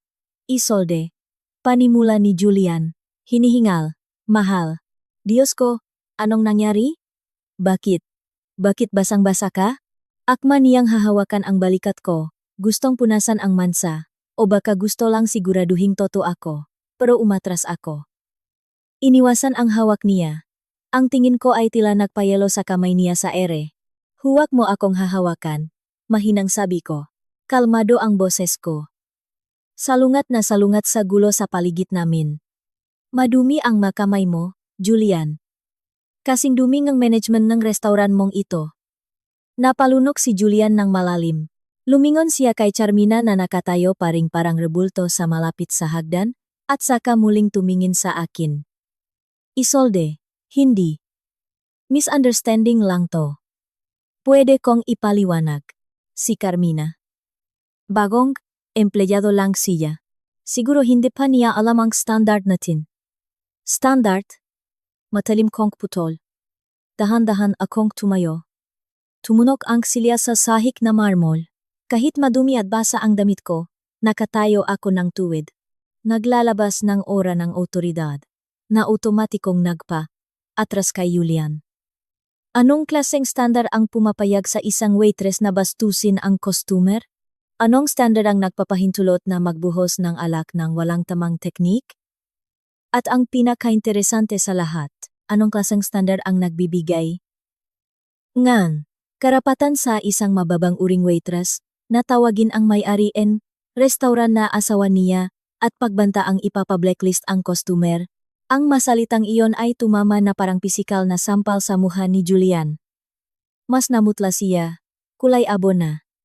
Alam niyang narinig ko ang lahat. Wala nang lusot para itanggi ito. Samantala, sa likuran, mukhang ngayon palang napoproseso ang utak ni Carmina ang nabagong impormasyon. Narinig niyang tinawag ako ni Julian na mahal. Nakita niya kung gaano katakot ang lalaking inaakala niyang tagapagtanggol niya. Nagsimulang wasakin ng realidad ang pantasya niya. Julian. Mahinang boses ni Carmina, puno ang pagdududa. Lumapit siya. Ngayon ay may pag-alangan. Sino? Sino ang babaeng to? Bakit ka takot sa kanya? Sabi mo ang asawa mo ay isang matandang halimaw na nakatira sa abroad? Sabi mo makikipagiwalay ka na. Ah, ang klasiko. Matandang halimaw sa abroad. Nakakaawa talaga ang imahinasyon ni Julian pagdating sa pagsisinungaling. Tumawa ako ng mahina. Isang tuyong tawa na walang halong saya. Naglakad ako palapit kay Julian, tumayo sa harap niya, bago nilingon si Charmina. Magpapakilala ako, sabi ko, ang boses ko ay malakas at malinaw, para kay Charmina at sa buong kwarto. Ang pangalan ko ay Isolde. Hindi ako halimaw, at siguradong hindi ako nakatira sa abroad. Nakatira ako sa isang bahay kasama ang lalaking to. Natutulog ako sa isang bubong. At ang pinakamahalaga, huminto ako sandali para namnamin ang segundo eng pagkasira sa mga mata ni Carmina. Ako ang nagmamay-ari ng 60% cram shares ng kumpanyang nagpapasweldo sa'yo. Ang gusaling ito, ang masang ito, ang boteng wine na itinapon mo, at kahit ang uniform na suot mo para landiin ang asawa ko. Lahat ng yan, akin. Nalaglag ang panga ni Carmina. Nanlambot ang mabinti niya. Napaatras siya hanggang sa mabunggo ang mesa sa likuran niya. Hindi totoo yan. Sabi ni Julian, siya ang nag-iisang may-ari. Tinitigan ko si Julian ng tingin na kayang makbalat ng tao ng buhay. Sabihin mo sa kanya, Julian. Sabihin mo sa bagong asawa mo. Sino ba talaga ang may kontrol dito? Sabihin mo sa kanya kung saan galing ang perang pambili ng branded na bag na ibinibigay mo sa kanya. Nanginginig si Julian. Basang-basang ang pawis ang mukha niya. Naipit siya. Sa isang banda nandun ang batang kabit na pinagsinungalingan niya. Sa kabilang banda ay ang legal niyang asawa na may hawak sa susineng kaban ngeng yaman at neng kinabukasan niya. Madali ang piliin, pero masakit ito sa ego niya. Si Isolde ang legal kong asawa. Mahinang sabi ni Julian, nakayuko sa mamahaling sapatos niya. Siya ang majority shareholder ng kumpanya. Lakasan mo! Sigaw ko. Napatalon si Julian. Itinaas niya ang paningin kay Carmina nang may pahingingang tawat na may halong paninisi. Siya ang asawa ko, Carmina. Si Isolde ang nakmamay-ari ng lahat. CEO lang ako. Masaya ka na. Ang sigaw na iyon ni Julian ang sumira sa lahat. Tinakpan ni Carmina ang bibig niya. Nagsimulang bumuhos ang luha niya. Sinira ang kanyang maskara. Ang pantasya niyang maging donya, na magpakasal sa isang mayamang biyudo, na mabuhay ng marangya nang hindi nagtatrabaho, lahat ng yon ay nagkadurug-durug sa malamig na saig na restaurant. Pinanut ko ang eksena ng may malamig na pagkaalif. Pero hindi pa ito tapos. Hindi sapat ang pag-amin. Kailangan ng parusa. Kailangan ng dugong dumanak metaporikal. Para linisin ang mansa sa damit ko at ang mansa sa reputasyon ng negosyo ko. Good, kalmado kong sabi. Kumuha ako ng panibagong table napkin para punasan ang natitirang alak sa kamay ko. Ngayong nalinaw na natin ang family tree at ang organizational structure. Pag-usapan naman natin ang consequence. Tiningnan ko ang restaurant manager na kanina pa nagtatago sa likod ng poste. Nestor, halika rito. Nanginginig na lumapit ang lalaki. Singputla siya ni Julian. Yes, Ma'am Isolde. Patawat po. Hindi ko alam tumahimik ka. Putol ko. Kakausapin kita mamaya. Ang kapalpakan mo sa pagbabantay ng staff ang dahilan kung bakit nangyari to. Pero ngayon, gusto ko si Julian ang maglinis ng basurang ipinasok niya. Humarap muli ako kay Julian. Ang mamata ko ay nagdedemanda ang buong paksunot. Ikaw ang nagpasok sa kanya sa backdoor, Julian. Ikaw ang namimeke ng qualifications niya. Ikaw ang nagbigay sa kanya ng maling pag-asa. Kaya ngayon, tinuro ko ang exit door. Ikaw ang magtatapon sa kanya. Sisantehin mo siya ngayon din. Nanlalaki ang matang tiningnan ako ni Julian. Isolde, huwag dito. Sa opisina na lang natin pag-usapan dito. Diin ko. Kasing talim ngang labaha ang boses ko. Pinahiya niya ako sa publiko, sa sarili kong teritoryo. Kaya makukuha niya rin ang parusa niya sa publiko. Gawin mo, o bukas ng umaga. Magpapatawag ako ng emergency board meeting para i-evaluate ang posisyon mong CEO. Alam mong hawak ko ang majority votes. Alam mong kaya kong gawin yon. Totoo ang banta. Alam ni Julian na hindi ako nagbibluff pagdating sa negosyo. Ang mawalan ng posisyon bilang CEO ay katumbas ng pagkawalang lahat para sa kanya. Status, pera, at ekses sa karangyaan. Wala siyang pagpipilian. Dahan-dahang humarap si Julian kay Carmina. Nakakuba siya. Pinabagsak siyang bigat ng pagkatalo niya. Tumingin sa kanya si Carmina ng may huling porsyento ng pag-asa. Umasa siyang may natitira pang pagmamahal o tapang ang lalaking ito para ipagtanggol siya. Pero duwag si Julian, at ang maduwag ay palaging mas pipiliing iligtas ang sarili nila. Pakiramdam ko paubos na ang hangin sa loop ang lumina. Walang anumang ingay mula sa kutsara't tinidor. Lahat ng mata ay nakatutok sa 3-act play na nagaganap sa gitnang kwarto. Pati ang mga staff sa kusina ay sumisilip sa pinto. Pinapanood ang pagbaksak ni katrabaho nilang umasta na parang reyna. Nakatayo ako ng diretso. Binabantayan ang bawat galaw ni Julian na parang isang agilang nanunut ng biktima. Huminga ng malalim si Julian. Sinusubukang buuin ang natitira niyang dignidad na gutay-gutay na. Hindi siya makatingin ng diretso sa mata ni Carmina. Nakatingin lang siya sa balikat nito. O baka sa pader sa likod niya. Carmina. Parang basak ang boses ni Julian sa kalagitnaan. Tumikhim siya at sinubukan ulit. Carmina. Ang ginawa mo ngayon ay hindi katanggap-tanggap. Pinastos mo ang isang customer, gumamit ka ng physical violence nang nagtapon ka ng alak. At lumampas ka sa autoridad mo. Dahan-dahang umiling si Carmina.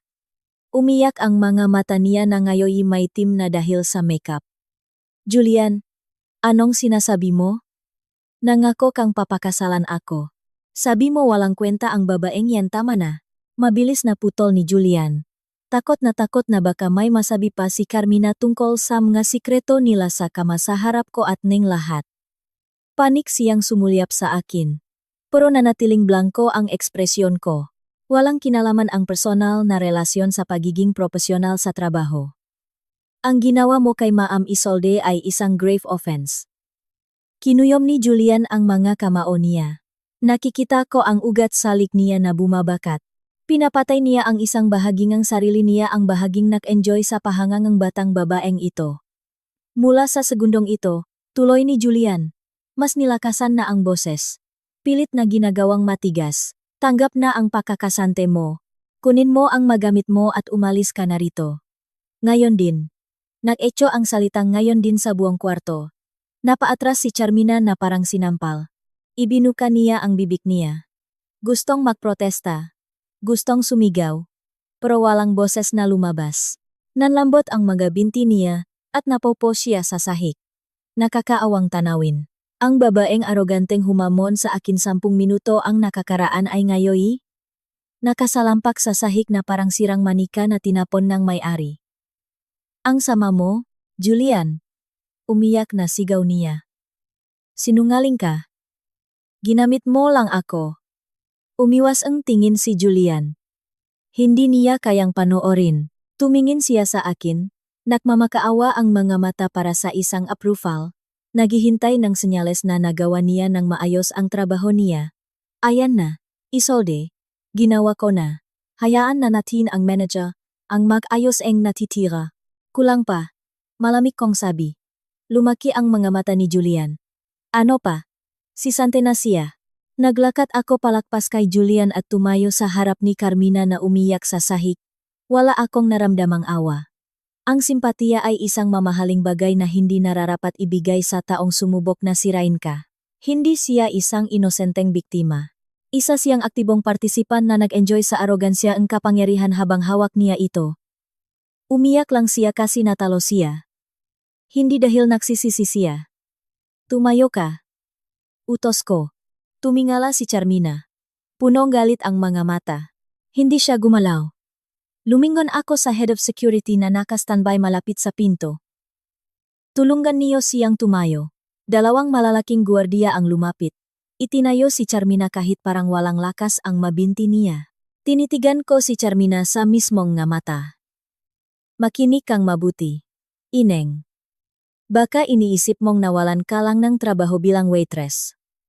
Baka inisip mong makakalipat ka sa kabilang restaurant at pwedeng magsimula ng bagong drama mo ron. Pero nakakamali ka. Kinuha ko ulit ang cellphone ko. Nag-type ng mabilis na mensahe sa secretary ko. Tessie. Nag-send ako ng instruction sa head office. Sabi ko habang ipinapakita saglit kay Carmina ang screen. Ang pangalan mo, ang picture mo, at ang CCTV footage ng nangyari ngayon ay ipapasa sa NCR Restaurant and Hotel Association sa loob ng 1 oras. May shared blacklist kami. At sa impluensyang hawak ko, sisiguraduhin kong walang ni isang disenteng FB business sa buong Metro Manila ang tatanggap sa iyo. Kahit waitress, kahit dishwasher, kahit ano. Lumaki ang mamata ni Carmina, napatit ang pahinga niya. Ang masisante ay isang bagay. Ang ma-blacklist sa buong industriya ay death penalty sa karera niya. Hindi mo pwedeng gawin yan. Hysterical na sigaw niya. Nagpupumiglas sa hawa ng gagwardiya. Violation yan ng rights ko. Ipapatulfo kita. Subukan mo. Kalmado kong sagot. Ang binabayad ko sa mga abogado ko sa lupngang. Isang oras ay mas malaki pa sa kikitain mo sa buong buhay mo. Gusto ko nga yan.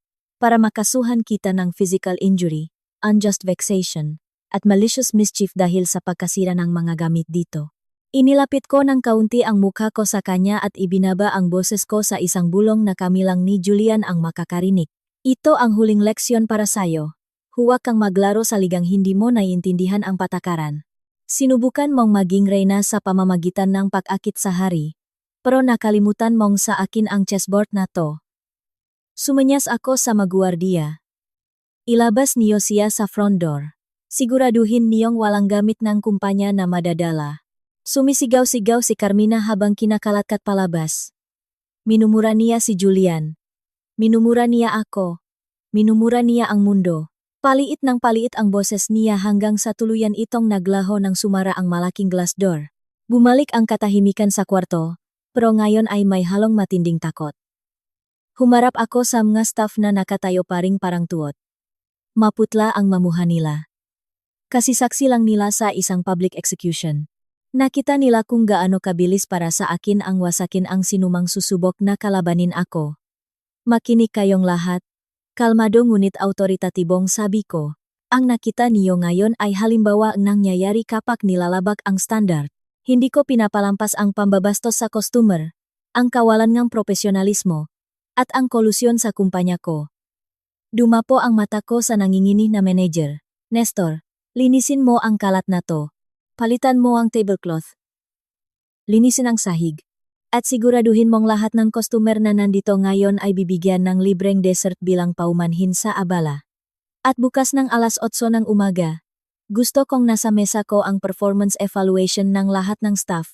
Kapag may nakita pa akong isa pang incompetent na backer lang ang puhunan, susunod ang termination letter mo. Yes, Ma'am Isolde. Copy po. Sagot ng manager. Takot na takot. Unti-unting nagnormalize ang sitwasyon. Mabilis na kumilos ang mga staff.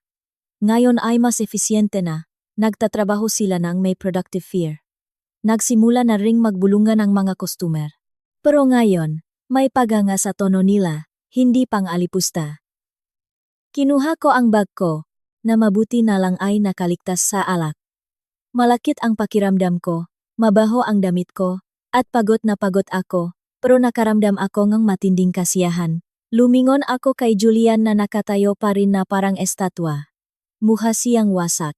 Bumaksak ang mabalikat niya, magulo ang mukha. Nawala lang naman sa kanya ang kabit niya, ang pride niya, at ang tiwala ng gatauhan niya sa isang iglap. Umuwi na tayo. Sabi ko, nang hindi siya tinitingnan. Isolde. Sinubukan muling hawakan ni Julian ang kamay ko, pero naglakat ako palabas. Huwag kang mag-assume. Julian. Sabi ko habang naglalakad. Hinahayaan siyang sumunod na parang asong napaamo. Uuwi tayo hindi para makabati. Uuwi tayo kasi kailangan kong maligo. At ikaw. Marami kang kailangang ipaliwanag bago ko pagdesisyonan kung karapat-dapat ka pa rin bang umupo bilang CEO. Lumabas ako ng restaurant at sumalubong ang tirik na araw ng Maynila. Pumasok ako sa sasakyan at sumandal. Nakapikit ang mga mata ko. Umupo si Julian sa tabi ko ng walang kibo. Hindi siya nangahas na magsalita. Alam niyang ang totoong bagyo ay magsisimula palang pagdating namin sa bahay. At ngayon, walang payong na pwedeng sumangga para sa kanya. Sa buong biyahe, tanging tunog ng makina papigil na hininga ni Julian Chay narinig ko. Pumasok ang sasakyan sa gate namin. Sumaludo ang guwardiya. Hindi alam na kakawala lang ng boss niyang kalahati ang kaluluwa nito kanina. Bago papagbuksan ni Mang Carding ng pinto, lumabas na ako. Mabilis ang hakbang ko. Pumasok ka sa study room. Utos ko nang hindi lumilingon. Hindi ko kailangang tingnan kung susunod ba siya o hindi. Wala siyang ibang choice. Sumunod si Julian na parang anino. Naglakad kami lakpas sa magarbong sala, hanggang sa west wing ng bahay kung saan naroon ang study room ko. Ang kwartong ito ay sagrado, walang kasambahay na pwedeng pumasok ng walang permiso. Ang dingding ay gawa sa dark oak wood panels. Ang bookshelves ay umabot sa kisame, at isang malaking mahogany desk ang nasa gitna. Dito ako gumagawa ng mga business strategy. Dito ako pumipirma ng bilyong-bilyong pisong kontrata. At ngayon, dito ko lilitisin ang asawa ko. Pumasok ako at dumiretso sa minibar. Gusto kong uminom hindi alak. Sobra-sobra na ang alak ko ngayon kundi malamig na tubig para mawala ang pait sa lalamunan ko. Uminom ako ang isang basong tubig bago humarap kay Julian na nakatayo ng asiwa malapit sa pinto. Muha siyang maliit sa napakalaking kwartong ito. Ang dati niyang tuwid na postura ay nakakubana. Nakatingin siya sa charpet. Umupo ka. Turo ko sa upuan sa harap ng desk. Sumunod si Julian. Pinakiskis niya ang makamay niya sa hita niya. Para siyang bata na pinatawag sa principal's office dahil nahuling nangongopya. Isolde. Sinubukan niyang maksimula. Manahimik ka. Madiing putol ko. Naglakad ako papunta sa likod ng desk at umupo sa malaki kong leather chair. Inilapak ko ang makamay ko sa mesa. Hindi ko sinabing magsalita ka. Gusto kong makinig ka. Kumuha ako ng folder sa drawer. Hindi ito legal document. Isa lang itong blankong folder na ginagamit ko sa pag-take notes. Pero para kay Julian, ang anumang papel na hawak ko ay pwedeng annulment papers o revocation of authority. Sinadya kong hayaang paglaruan ng takot ang isip niya.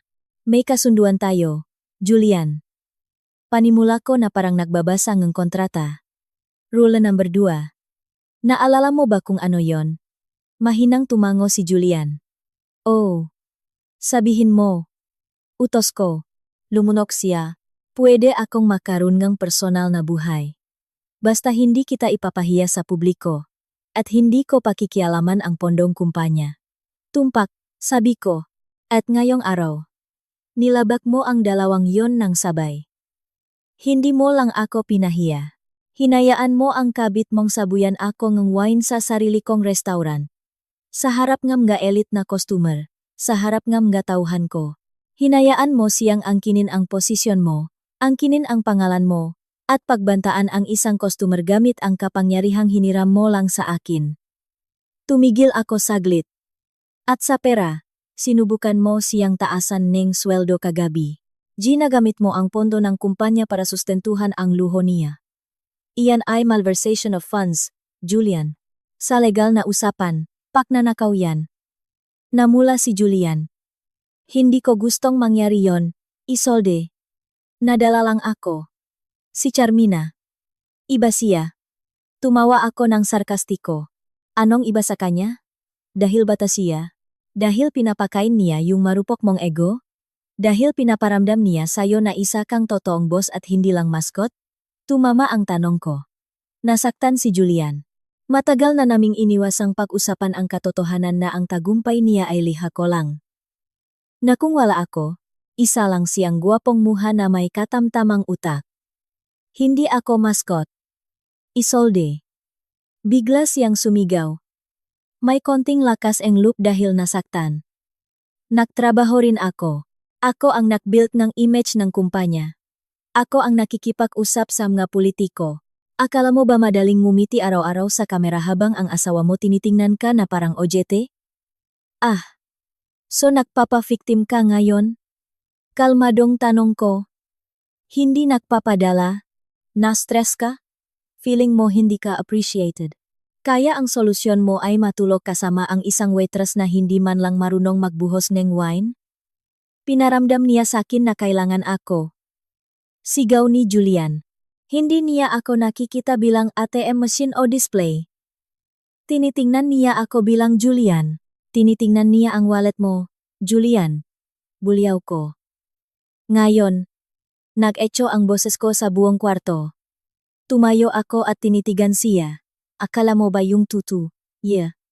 All na yon in love sa wrinkles mo. Akala mo kinikilig siya sa mga tito jokes mo. Tinitingnan niya ang sasakyan mo, ang Rolex mo, at ang title mong CEO. At nung nalaman niyang hindi ikaw ang totoong may-ari, Nakita mo naman ang reaksyon niya kanina, diba? Hindi ka niya pinagtanggol. Wala siyang paki sa'yo. Sarili niya lang iniisip niya. Natahimik si Julian. Ang masalita ko ay parang mga martilyong bumasak sa kanya. Ang pangarap niyang romance ay gumuho na. Unti-unti siyang napaupo pabalik. Tinakpan niya ang mukha niya ngang kanyang makamay. Ang tanga ko, bulong niya. Oh, tanga ka talaga, sang-ayon ko. Pero napakamahal ngang katangahan mo ngayon. Sira ang reputasyon ni Lumina. Bukas, pag-usapan ako sa lahat ng salon at mahjong sessions sa Forbes at Dasma. Ang kawawang Isolde, sinabuyan ng alak ng kabit ng asawa niya. Umikot ako sa desk at lumapit sa kanya. Pwede kitang i-annul ngayon din? Julian. Bulong ko. Aba, pwede kitang palayasin dito na walang dala kundi ang damit sa katawan mo. Nanigas si Julian. Tumingin siya sa akin. Ang takot na mahirap ay mas malaki kaysa sa hiya niya. Isolde. Please. Please. Patawarin mo ko. Hindi na maulit. Gagawin ko lahat. Huwag mo kong hiwalayan. Ang negosyo. Ang buhay na to. Ito na lang ang meron ako. Nakakaawa. Ang lalaking sinasamba sa labas bilang successful CEO, ngayon nagmamakaawa sa paanan ko. Hindi ako magfa-feel na manulmang. Sa ngayong, sabi ko matapos ang isang nakakasakal na pause. Lumaki ang mga mata ni Julian. May pag-asa. Hindi dahil mahal kita, mabilis kong idinuktong. Kundi dahil magulo ang legal separation. Babagsak ang shares natin, magpapanik ang investors, at pipestihin tayong media. Ayokong masira ang imperyo ko dahil lang hindi mo kayang itago ang ari mo sa loop ng pantalon mo. Bumalik ako sa upuan, pero may presyo ang pagpapatawat na to. Sabi mo gagawin mo lahat. Diba? Mabilis na tumango si Julian. Lahat. Sabihin mo lang. Simula bukas, freeze ang posisyon mo bilang CEO. Utos ko. Ano? Gulat niyang sabi. Pero paano yung board meeting next month? Paano yung ekspansyon sa BGC? Ako lahat. Putol ko. Ide-demote kita as Chief Branding Officer. Ang trabaho mo lang ay ngumiti. Pumunta sa charity events. At maging cute na mukha ng kumpanya. Wala kang karapatang pumirma sa anumang expense na lalagpas ng FHP 500,000. Lahat ng desisyon ay dadaan sa akin. Para mo na rin akong kinapon niyan ng buhay. Mahinang protesta ni Julian. Kinapon mo ang sarili mo nung hinayaan mong tapakan ng kabit mo ang dignidad natin, malamig kong sagot. Hindi to negosasyon, Julian. Take it or leave it. Kung ayaw mo, lumayas ka sa bahay na to ngayon din. Natahimik si Julian. Inisip niya ang pagpipilian. Maging maskot na walang kapangyarihan pro buhay mayaman, o maging squatter na magsisimula sa zero sa edad na 50. Sige. Mahinang sagot niya. Tinatanggap ko. Good. Sabi ko. Pangalawa. Linisin mo ang pangalan ko. Bukas. Maglalabas ka ng press release. Sabihin mong may mentally unstable na empleyado na nag-amok sa restaurant at agad na tinanggal. Huwag mong babanggitin ang kabit issue. Protektahan mo ang pangalan natin. Naiintindihan ko, sabi niya. Ngayon, lumabas ka na. Nandidiri akong makita ka. Doon ka matulog sa guest room. Nakalok ang kwarto ko hanggang kailan ko gusto. Bumangon si Julian na parang lantang gulay. Pahawak niya sa doorknob. Lumingon siya. Isolde, minsan ba? Nirespeto mo talaga ako? Tinitigan ko siya. Minsan. Nung may sarili ka pang ambisyon. Pero pinatay mo yung respeto na yon tuwing pinipili mo ang shortcut. Hindi na siya sumagot at tuluyan nang lumabas. Nang maywan ako, hindi ako nakaramdam ng ginhawa. Sumandal ako sa upuan. Nanalo ako. Nasecure ko ang assets ko. Pero bakit parang kulang? Tiningnan ko ang lumang litrato namin sa cellphone ko. 10 taon na ang nakakaraan. Pareho kaming pagod pero masaya. Kailan ba ako huling tumawa ng ganun? Umiling ako. Tinanggal ang kadramahan sa isip. Emosyon ang kaaway sa negosyo. Ang kasal na ito ang pinakamalaki kong negosyo. Pumasok ako sa banyo, hinubat ang mansadong damit, at itinapon iyon sa basurahan. Hindi ko na iyon ipalalaba. Madumi na iyon. Naligo ako sa mainit na tubig. Bukas. Isang bagong araw. Bukas. Ang reyna ang nag-iisang mamumuno. Kinaumagahan. Gumising ako ng 5:00 AM. Routine. Disiplina ang naghihiwalay sa mga panalo at talunan. Nagsuot akong off-white asymmetric blazer at itim na slacks. Malinis, matalim. Wala si Julian sa mesa. Umalis na raw ng madaling araw. Tuvak. Iniwasan niya ang konfrontasyon. O baka ginagawa na niya ang press release. Bumiyahe ako papuntang opisina. Pumasok na sa mga gossip blogs ang nangyari. May nagbiral na amateur video ni Carmina na naghihisterikal palabas. Mabuti na lang at nakatalikod ako sa video. Nag-trending ang issue. Pero kontrolado pa rin ang narrative. Pagsapit ko sa 5th floor, sinalubong ako ni Tessie. Good morning, Mami Solde. Si Sir Julian po nasa PR room. Finalize ang press release. Si Nestor po, yung manager ng Lumina.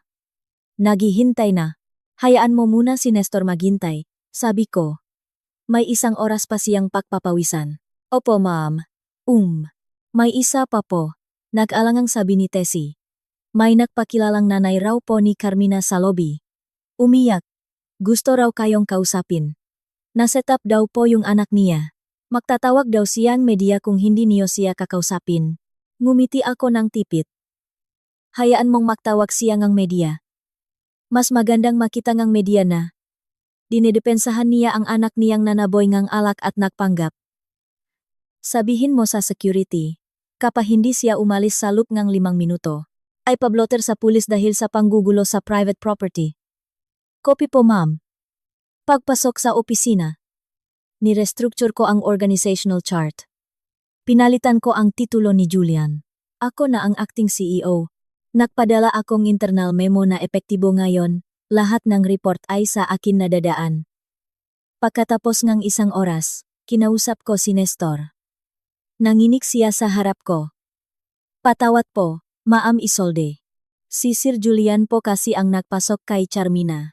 At dahil natakot ka kay Julian, hinayaan mo siyang babuyin ang restaurant? Matalim kong tanong. Hindi kita tatanggalin dahil matagal ka nang nagsilbi. Pero ito na ang huling warning mo. Ang loyalty mo ay sa kumpanya. Hindi kay Julian. Kapag nag-uwi ulit ng kambing si Julian at sinabing gawing chef, sabihin mo sa akin. Naintindihan mo? Opo, ma'am. Maraming salamat po. Muntik nang umiyak si Nestor. Kinahapunan. Nagpatawag akong board meeting. Nandun si Julian. Mukhang pagod pero nakaayos. Inihayag ko ang rebranding campaign natin na The Queen Standard. Inutusan ko si Julian na maging mukha ang campaign na ito. Magsasalita siya tungkol sa perfection. Napaka-ironic. Ngunit bago matapos ang araw, may nahanap akong isang brown envelope sa ibabaw ng desk ko na walang pangalan. Binuksan ko ito. May mga litrato. Litrato ni Julian at Carmina, hindi sa restaurant, kundi sa isang kondo. At may date na nakalagay. 2 taon na ang nakakaraan. Nanigas ako. 2 taon. Sabi niya bagong empleyado lang? Sabi niya ilang buwan pa lang? At sa pinakahuling pahina, may ultrasound photo. Pangalan ng pasyente. Carmina Santos, PETSA. 2 linggo na ang nakakaraan. Huminto ang pag-ikot ng mundo ko. Buntis ang kabit. At ito'y isang malaking corporate threat. Sa Pilipinas, ang illegitimate child ay may karapatan sa manakalahatingang share ng lehitimong anak. Ibig sabihin, ang parang pinahirapan ko na ang iba ay nakapangalan kay Julian. Para sa tax diversification, ay mapupunta sa batang ito. Ito ay hindi lang kaso ang cheating. Ito ay threat sa assets ko. Mang Carding, mag-uturn tayo, utos ko. Pumunta tayo sa opisina ni Ate Ignacio. 1 oras pagkatapos, Kaharap ko ang corporate at family lawyer ko. Tingningnan niya ang mga litrato. Nag-iba ang laro. Isolde. Sabi ni Ate Ignacio. Sa Family Code of the Philippines, kapag napatunayang anak ni Julian yan, may legitime yan. Kahit nasa ilalim ng pangalan ni Julian ang iba mong properties, counted yun sa estate niya, hindi ako papayag. Ako ang bumili ng ngayon. Ang payo ko, sabi ni attorney, huwag mong komprontahin tungkol sa anak muna. Gawin mo siyang pumirma sa isang absolute separation of property at deed of assignment of shares habang natatakot pa siya sa'yo ngayon. Ibabalik lahat sa pangalan mo. Pagkatapos niyang pumirma, saka mo ay file ang annulment for psychological incapacity. Plano ng isang henyo. Hinawa akat ang madokumento ng habing iyon. Pag-uwi ko sa bahay, nandoon si Julian sa sala, uminom ng whiskey. Julian, kalmado kong sabi. Inilabas ko ang makapal na folder mula sa abogado at ibinagsak ito sa harap niya. Kasama ang brown envelope na naglalaman ng nalitrato nila at ang ultrasound photo ni Carmina. Nanlaki ang mata ni Julian nang makita ang ultrasound. Naubusan siyang kulay. Isolde. Saan galing to? 2 taon mo siyang binahay sa BGC. At ngayon, buntis pa ang kabit mo, ngiti ko ng malamig. May karapatan ang batang, yan sa mana mo. Sa tingin mo bahahayaan kong mapunta sa anak ng isang waitress ang kumpanyang pinahirapan ko? Nanginginig si Julian. Hindi ko alam na buntis siya, Isolde. Maniwala ka, kaya nga tutulungan kita, sabi ko. Itinatago ang lason sa matamis kong boses. Tinuro ko ang mga dokumento. Absolute separation of property at deed of assignment of shares. Ililipat natin lahat ng assets at shares na nakapangalan sa iyo pabalik sa akin. Kapag nanghingi siyang sustento o mana para sa anak niya, wala siyang makukuha mula sa iyo dahil sa papel. Wala ka ng pera. Ligtas ka. At ligtas ang kumpanya natin. Nabuhayan ng loop si Julian. Akala niya inililigtas ko siya sa iskandalo at sa obligasyon niya kay Carmina. Hindi niya alam. Inaalisan ko siya ng huling proteksyon niya dahil sa takot at desperasyon. Mabilis siyang pumirma. 1, 2, 10.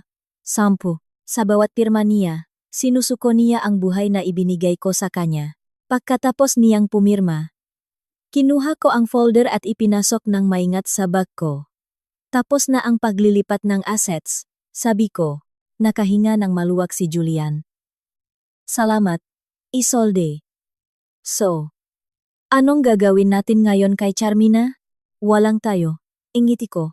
Ngayon ay naglalabas ng tunay kong kulay. Inayos ko lang ang assets ko. Bahala ka sa problema mo. Kinuha ko ang huling dokumento sa bag ko, petition for declaration of nullity of marriage. Annulment papers. Ibinagsak ko ito sa harap niya. Annulment? Napaatras si Julian. Tila binagsakan ng langit. Pero, paano ako? Wala akong pupuntahan. Wala na akong pera. May tsondo ka dun sa BGC, di ba? Yung ginamit mo para itago siya sa loop ng 2 taon, sabi ko habang naglalakad paakyat ng hagdan. Iniwan ko yun sa'yo. Magsama kayong 3. Siguraduhin mo lang na may pambayad ka sa mortgage niyan buwan-buwan. Wala na akong pakialam kung saan ka kukuhang pera.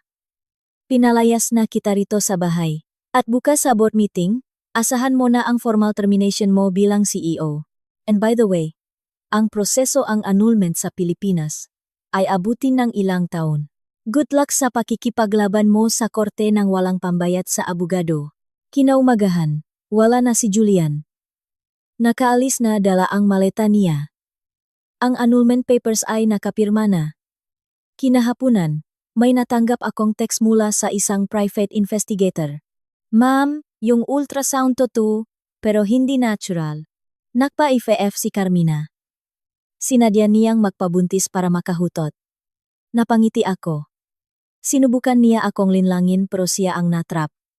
May pumasok na text mula sa unknown number. Si Carmina. Salamat sa pagpapalayas kay Julian.